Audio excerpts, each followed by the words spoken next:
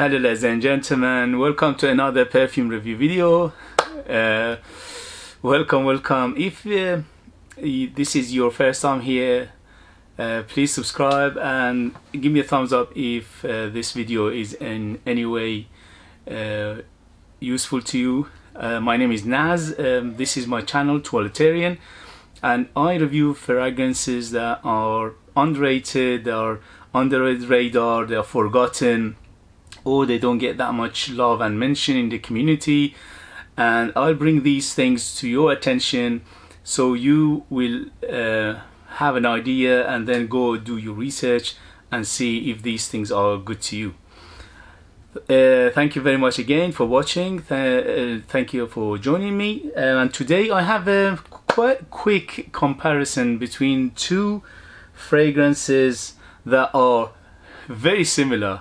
Basically this morning I was smelling them and I was very surprised at how similar these two are, and these two scents are Milano Cento Him, or Milano Cento Him, and Geoffrey Beene Bowling Green by Geoffrey Beene.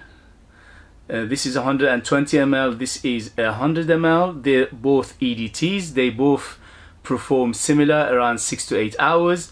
They are both very similar in terms of scent profile. I would say 95% are similar. They're both very fresh, citrus on top, very little bit herbal, little bit of spiciness, and in the base you get a little bit of woodiness as well. So they are very similar. But the big but is this is 120 ml, this is 100 ml. This goes for £75, and it's very difficult to find them discounted because they are, I won't say rare, but this is not everywhere, okay?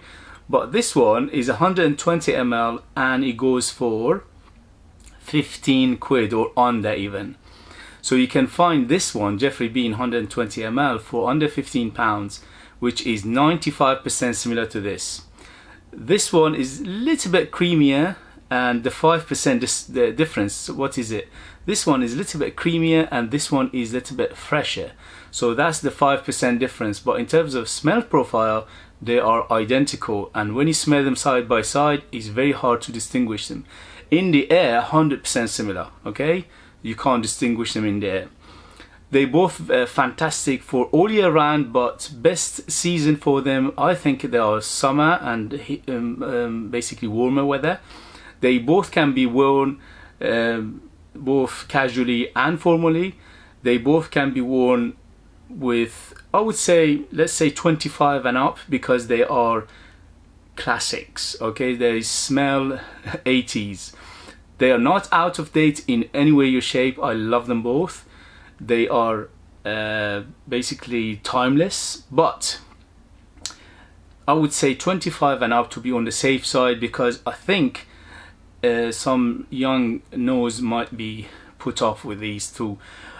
If you enjoy the powerhouse 80 powerhouses and you enjoy classics, then this is for you as well, okay? So 25 and up to be on the safe side, and season, as I said, is warmer weather, casual or formal, anytime, any day, anywhere you can wear these. They are very versatile. So this one is definitely a winner, because this is 120 ml and is going for 15 quid or under. Unfortunately, this one has been discontinued. This one is not easy to find, but I don't think it's been discontinued. The only thing is, as I said, you can't find it everywhere.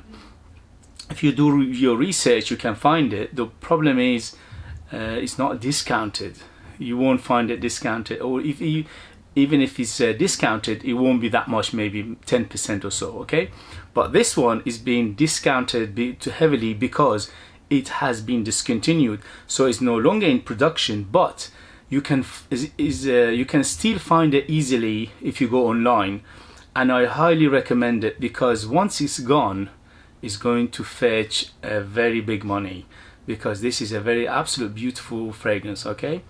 So guys, thank you very much for joining me. Thank you very much for watching. If you have any of these two, let me know. what you think of them, what you like about them, and how is the performance on you. And I see you in the next episode. Thank you very much for watching. Thank you for joining me. I hope that was informative, and I see you later. Bye bye bye.